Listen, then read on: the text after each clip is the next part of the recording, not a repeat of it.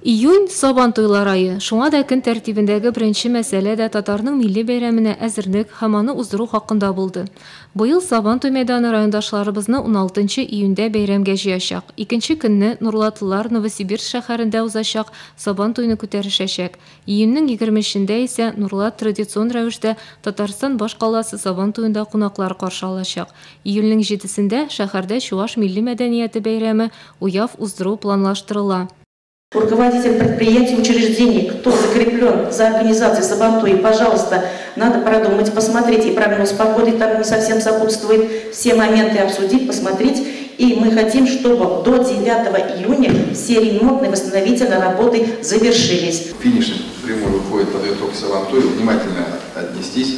Всю жизнь сабантуи – это праздник, который организовывали сами граждане, сами собирали подарки, сами организовывали.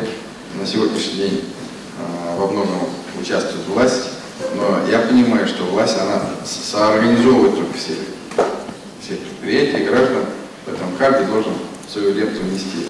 Июнь балаларның җәйге ялына да старт бирде. Бүгенге көндә мәктәпкәчә 29 һәм Заречный, Шияле алан лагерьлары үз ишекләрен ачты.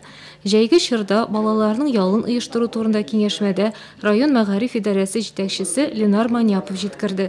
Аның чыгышын халыкның мәшгульлек үзәге җитәкчесе Лилия Шакирова да тулыландырды. Һәм чыгыш балаларны җәйге чорда эшкә урнаштыру хакында иде. Поведение совершеннолетних и совершаемых ими преступлений одной из значимых мер является их временное трудоустройство в каникулярное и свободное от учебы время. Программой содействия занятости населения Нурлатского района на 2018 год предусмотрено трудоустройство 150 несовершеннолетних граждан, из которых 62 уже трудоустроены.